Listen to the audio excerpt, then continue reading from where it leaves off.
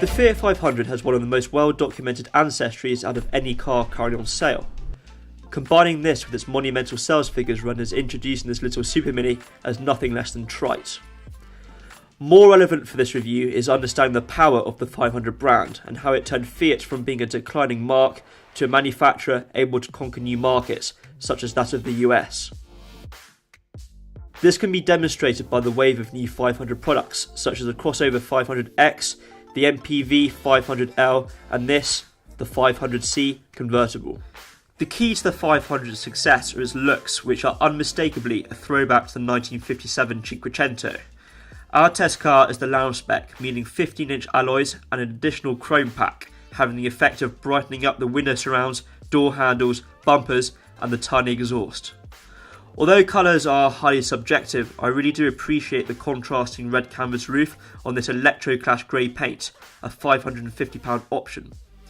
The keyword here is customisation. The 500C can be configured in many different flavours, most setups being non-cost options. There are, however, the choice of ambient packs which add touches such as window tints and colour matching interior panels, but will set you back another £850. Here in the front of the Fiat 500, there's actually quite a lot of space. Lots of legroom and just about enough headroom. There's also plenty of adjustability on this lounge spec model. However, you must realise that on the entry level spec, there is no tilt adjustment on the steering wheel and no height adjustability on the seats. The seats themselves are okay, and aesthetically I think they look really nice, but there's no lateral support at all, and the head restraints are just unbelievably hard. The interior practicality of the 500 is not quite as bad as critics may say in the press. This has been somewhat improved with the facelift. Pre-facelift there was no glove box, whereas now there is. On top of this glove box you also have two centre cup holders, a slot for your phone, a little cubby underneath the parking brake, and also a shallow door tray. This vehicle has the standard 5-inch centre touchscreen, and actually it's absolutely fine. The touchscreen is pretty responsive. The resolution is not particularly high, but that doesn't really matter too much. The functionality is really good. There are apps such as the Microsoft Uconnect Live, which allows you to display the news, and it will also read out your text messages. There's also lots of trip information, and you can also connect your iPhone or your Android smartphone with Apple CarPlay or Android Auto. As this is the lounge, the steering wheel is apparently leather wrapped. It looks like leather, doesn't really feel like leather. On top of this, you also have controls for the audio and also for the telephone functions. The knobs here for the aircon are incredibly plasticky, and the panels and just everything, it's very cheap. Space here in the back is very tight. There's absolutely no legroom, but there is quite a lot of headroom, which is good.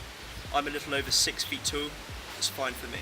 There's a little bit of storage, you've got two centre cup holders, and this car also has the optional rear speakers, which, believe it or not, is actually a £25 option. Better than predicted is the boot size at 182 litres, offering barely less storage volume than the hatchback variants.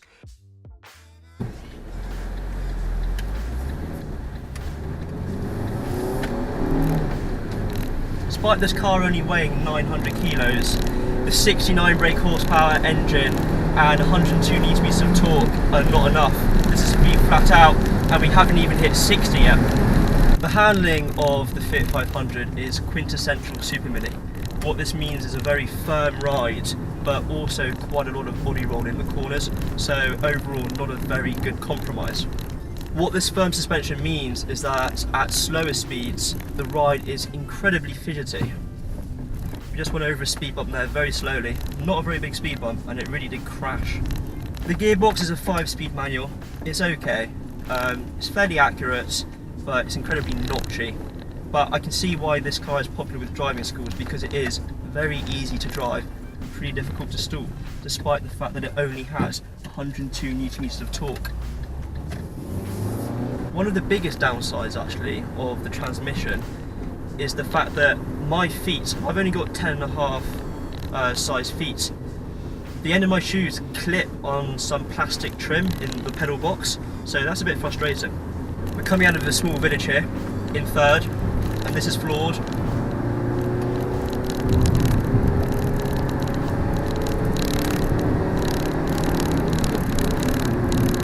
That's 60. It's incredibly slow. Fiat claim that the 500C with its 1.4 litre petrol engine will get around 60 on the combined run.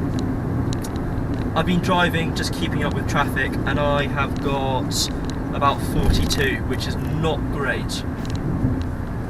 I think if you're going to be doing more cross-country style driving, you should upgrade to the 900cc twin air engine.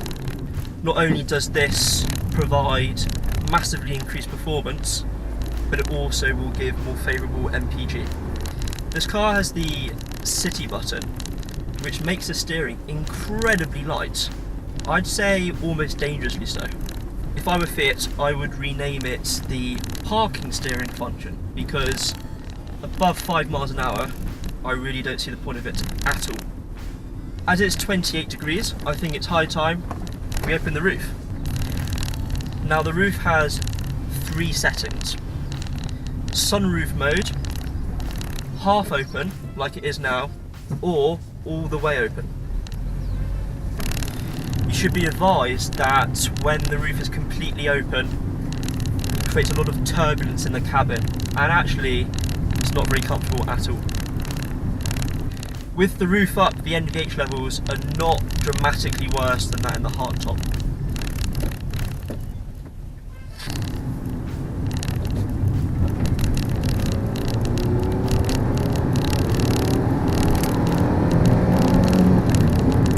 More open roads, this 1.4 really is not very quick at all.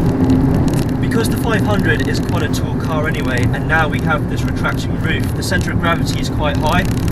All this means is that the ride is firm, but there's a lot of roll in the corners. The brakes are not bad, considering that the rears are drums. I guess this is helped by the fact that this car weighs less than 900 kilos.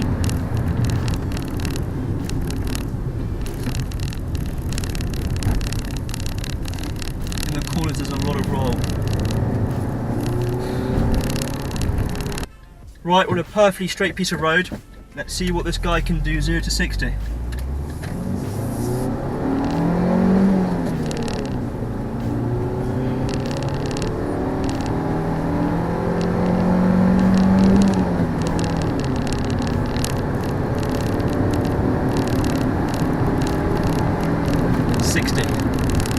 I think that took about 5 minutes. I would also demonstrate the 0 to 100, but this car tops out at 99 miles an hour, so sadly that figure is not possible to demonstrate. The Fiat 500C is an undeniably quirky car. Furthermore, it's perfectly judged for its main target audience. Key takeaways from this review are that if your driving is not purely urban based, then you should go for the 900cc twinner, as it's a lot more pokey and will also offer much better fuel economy than this naturally aspirated 1.4 unit.